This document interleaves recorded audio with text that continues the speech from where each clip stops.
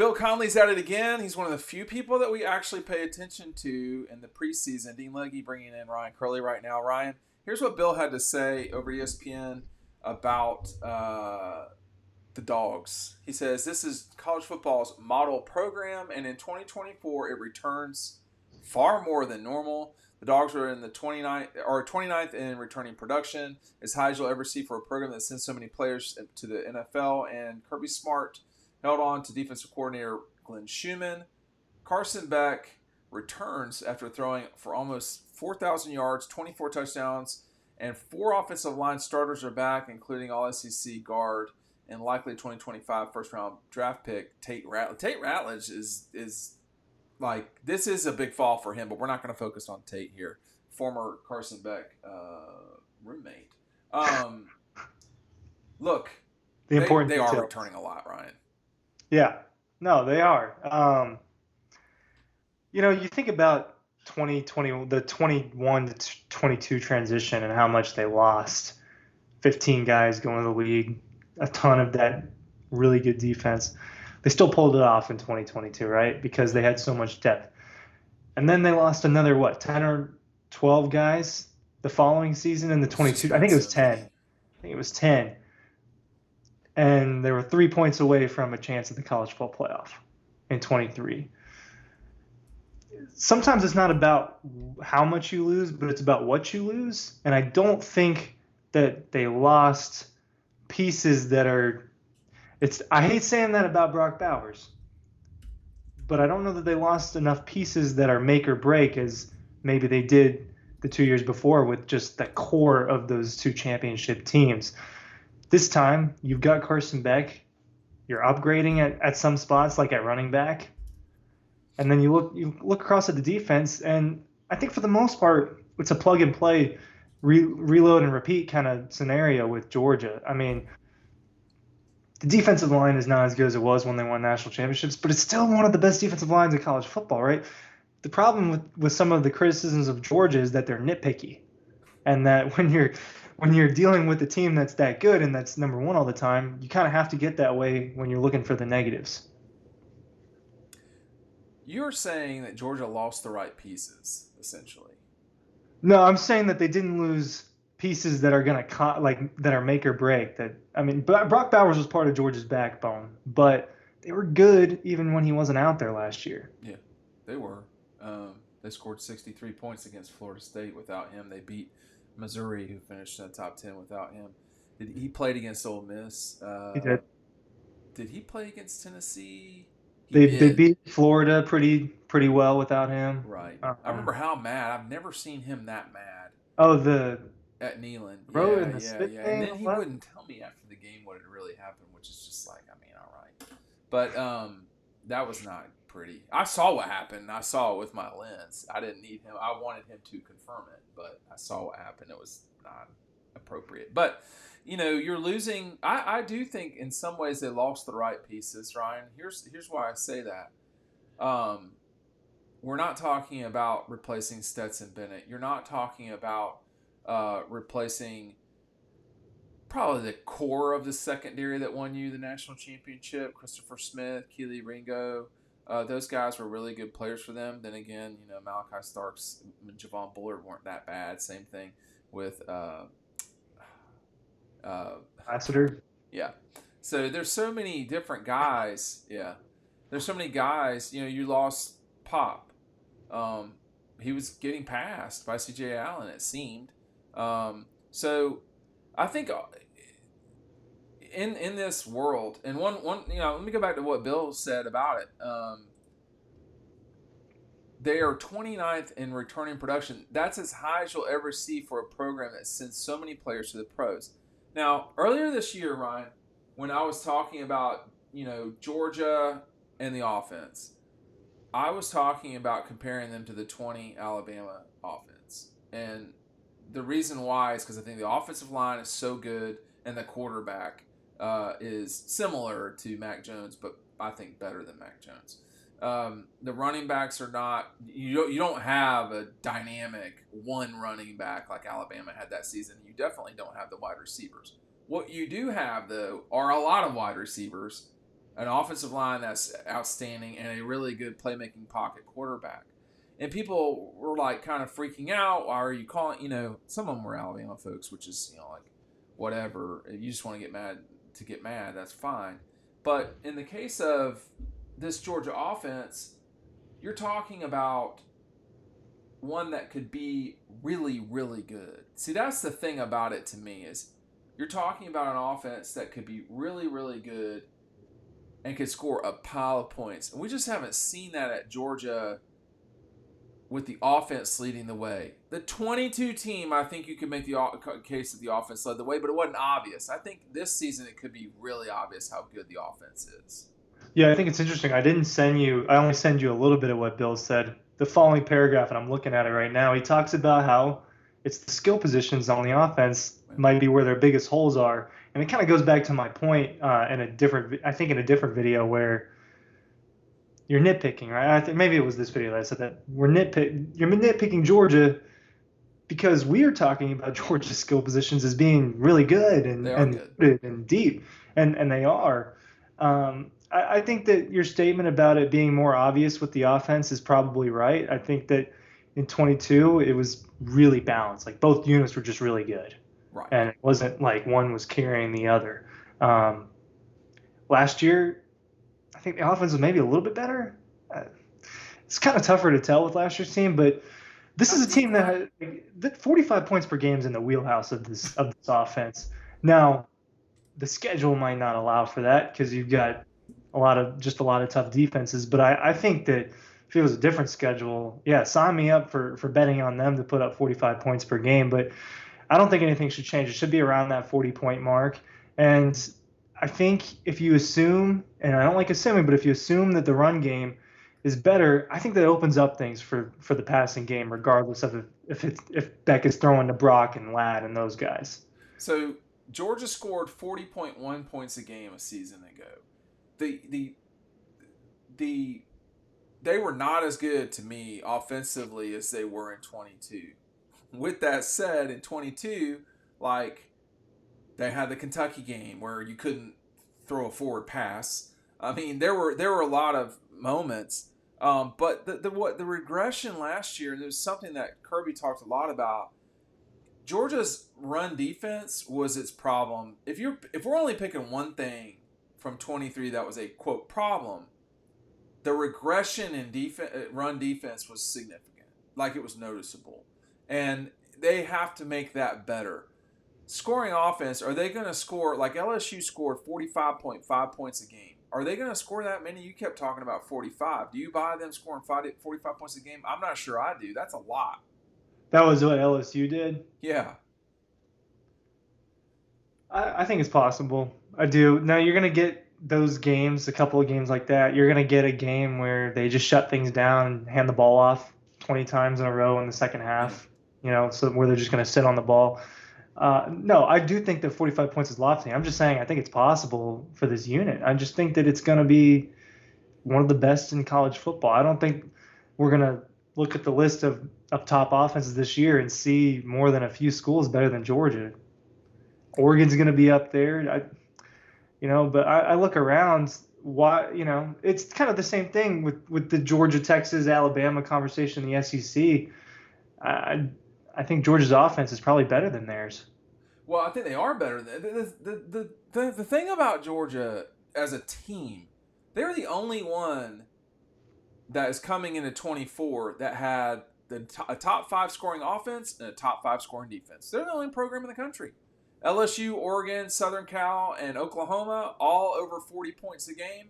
None of them had 15 points or fewer on scoring defense. Michigan, Ohio State, Penn State, Iowa, none of them had more than 41 points a game. Well, more than 40. So Georgia was the most balanced team. Not on offense necessarily, although they were pretty good balanced there. What Bill Connolly, who is like he must like read everybody or watch everybody multiple times a week. I cannot imagine how exhausting that job would actually really be. People say, I love watching college football. You don't love watching Iowa play. I mean, I can tell you that right now because I watch Iowa and it's horrible. But this team is the reason why they're going to be ranked number one coming in the season is they are returning the most from the best team of last year. They just didn't win the national championship. That's a different criticism than who is the best team and all this stuff, all that discussion. They're totally returning an outstanding bunch. But, can they, Ryan, roll that into a national championship? Because if they can't, look, they should have won it last year and they didn't. And that happens in sports. And we're going to see if they should win it this year. We'll see pretty quick. But you want to win as many as you can. I mean, there were seasons where Alabama was the best team and they didn't win it. Yeah. I felt that was the case last year, and it could be the case this year. And that notion is actually going to probably be more common now, that the best team didn't win because there's not a 14 playoff and a quicker way to just win that one game and get in. There's going to be, we are probably moving towards a little bit more parity in college football. Maybe I think it'll be harder to rip off. You said that. I'm not sure I believe that. Give me a second. Okay. I'll throw it back to you. When you say parity, I want to let you explain a little further because I don't. I think it's going to be these programs that win the national. If someone other than these programs wins it, I'd be surprised. Georgia, Alabama, Texas, Ohio State, probably Michigan, and Oregon. If someone out of that, say, group of whatever it was, 6 wins it, something's happening. Are you talking about just this season? Probably, period. I mean, and let me further my point, and then I'll say this: in the college football playoff era, the only team that won the national championship that was not in that group there were 2. LSU. One was LSU, which should win them, and the other was Clemson, right? Clemson. So, and for the record, I would put LSU in that group. LSU should win national championships. But I don't see it coming from out of that group because it's more and more important to those programs than everybody else. But you think there will be more parity. Why will Penn State win it? I mean, Penn State's not that. I mean, that's not that. No, I feel the same way as you. Those teams should win it, but it's human nature for things to just happen and chances just happen. There's going to be more cases of these games to where an upset can happen. So I do think a little more. But no, outside of your 8 to 10-ish schools that have an actual chance. Maybe it's fewer than that. It's not going to happen that much, but it's hard to say. I think like Oklahoma State's going to win the national championship if they're not just that much better. Or the likelihood of Oklahoma State, a team that could win, could upset Georgia, or could beat Alabama, or maybe Utah is a better example. Utah, who literally has beaten Alabama and beaten Florida lately. I don't know if that matters, but could they win 4 games or 3? I don't think they can. So in the NFL, when has the best team not won it lately? The Chiefs. The Chiefs were not the best team. They had the best pieces. They weren't as good of a team as the 49ers. I mean, they won that game straight up. Well, so we just disagree on who the better team was, because the better team was the Chiefs in my view, because they had quite clearly the better quarterback. Yeah, maybe it comes down to that. But they won twice in a row. Is Notre Dame going to win a national championship in the next 10 years? I don't think so. How about How about USC? They could. Here's what I'll say. For those are 2 programs where I wouldn't just close the door on it. But we also live in a world where Auburn winning a national championship was, 15 years ago, and competing for another one a couple years later. I don't think that it's impossible for a team like Auburn to have a hot couple of years and have a chance. But I do think there are some teams outside of that core that you named that have a chance here and there. But in both we can go round and round this. Yeah. And in both those scenarios with Auburn, those were 1-game national championship scenarios. Those weren't playoff scenarios. I still think Auburn wins it in 10, no matter. I mean, they were the best team. But I think for Georgia, this season, again, man, I say this a lot. And by the end of the first half in Atlanta, you're going to know how good Georgia's offense is. Because Clemson's defense is pretty legit. if Georgia scored 20 points by the end of the first half, they're probably going to score a lot of points this season. Now, people will say, well, 20 points, that's not that much, you know? But I would say on, say, 6 drives, scoring 3 touchdowns, like that's a pretty good yield. Yeah, no, I mean, it's like you said, I think that that's a defense that has NFL guys on it and future NFL guys. And I think the more interesting story of the Georgia game with Clemson is the other side of it is Georgia's defense against Clemson's offense. I'm Clemson's not very scoring 20 interested to points in see. the first half. Yeah, I don't think that's happening either. If Georgia puts up 20 plus in the first half, yeah, I mean, it's going to be like, hey, this is a really legit offense. I mean, how many do they have to score against Clemson in the whole game for you to think that? The offense? Yeah, I mean, is it if they don't score 30, are you concerned, or you just chalk it up to hey, Clemson's the problem is it's a week 1 take, Right. right? And we got it, and we won't actually know until another month or so All into right, it. so But in you can learn 23, things. they scored in 23 they scored 48, 45, and neither of those games did they look good. Then they scored 24 against Carolina and 49 against UAB. UAB they played pretty well offensively. They did not play great offensively at Auburn, 27. And then they scored 51, 37, 43, 30, 52, 38, and 31. And against Tech, they did not play well. Against Vanderbilt, they did not play well, and they scored 37 points. So the worry I would have, and then they scored 24, and then they scored 63. The worry I would have in playing Georgia is that Ryan, they can score so it's so easy for them to turn it on just like that, like just like nothing. I see it sometimes. I'm trying to think of like a better explanation, like maybe when you watch Carlos Alcaraz, who plays tennis, like this guy needs one break, one mistake by you, and the match is over, or at least the set is. And like you're not coming back from down a set or two to that guy. You need to front run on Georgia, and Alabama did that.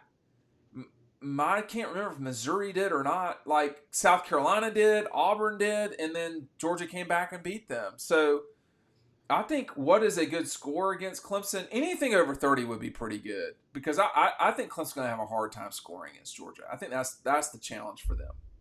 Yeah, I think like what you were saying with Georgia, it's a team that gets into a zone almost like, and the momentum.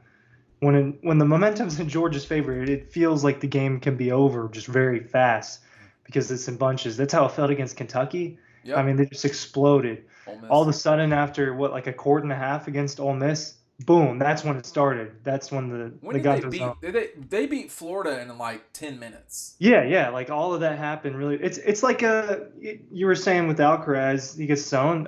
A guy in basketball, you're in a shooting zone, and you just feel like you can't miss. Kevin Georgia Durant. gets into quarters like that. I think that there's often times where we see Georgia win a game in the third quarter, win it in the second quarter. There was a game that they won in the second quarter against one of the cupcake opponents early on last year. Oh, There was a the second game, game. the South Carolina game. It kind of felt like they won that in the third quarter. They won the Auburn game in the fourth quarter. But it's moments of time. Yeah, It's not like, oh, they're grinding them down. No, they just explode on you and the game's over. It's like everybody's like, oh, okay, we'll get out of here at 5. It just is so quick when they get into the zone. You're really in trouble. Thanks for watching. We'll see you on the next video.